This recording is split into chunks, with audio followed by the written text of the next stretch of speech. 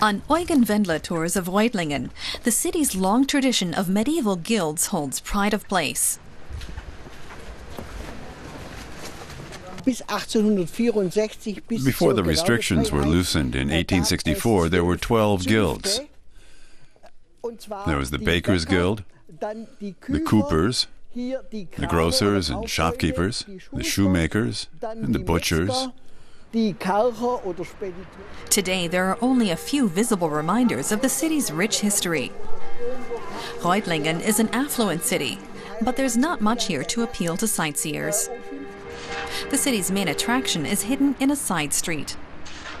Actually, it is a side street. Let's squeeze through here. The city used to boast that Spreuerhofstrasse was the narrowest street in all of Germany. But in 2007, it was named the narrowest in the world, just 31 centimeters or 1 foot across.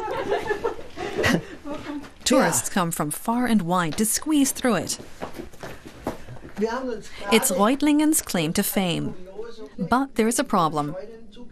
The beams of number 9 are rotting. But if the building is torn down, the street will no longer be the narrowest in the world. The property developers wanted to tear the whole thing down and put up a new building. But it's become so famous as the world's narrowest alley that they can't do that anymore. There's a tug-of-war between the city and the developers, and no one wants to make the first move.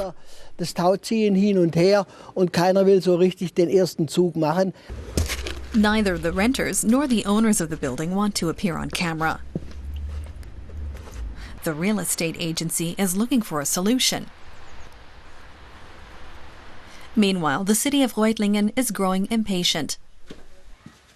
The higher I go, the narrower it gets. So up here the street is even narrower than 31 centimeters. It would be a shame if it all went away. But the city can't let the Spreuerhofstrasse get any narrower, and it has no priority to buy the decrepit house or remodel it. There are 3 options. First, the owner could fix the building, but they say they don't want to and would rather sell. That's the second option.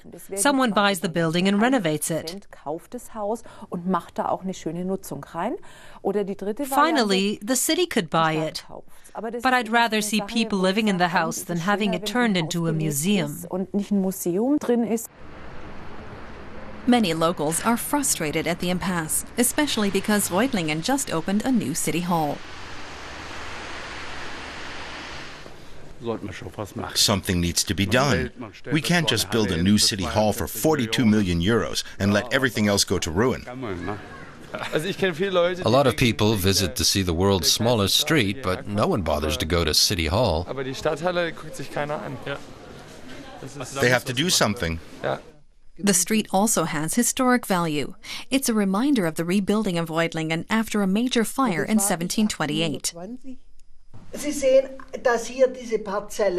You can see the plots of land are very tiny here. The properties are very small, and that's why you see these very small and narrow buildings. That also explains why they were built so close together.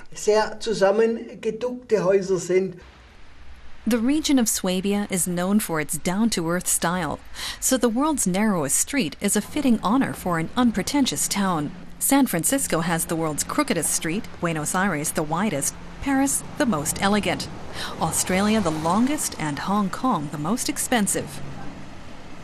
But if Reutlingen should lose claim to the world record, it still has an ace up its sleeve. Hidden here in the kitchen of this bakery.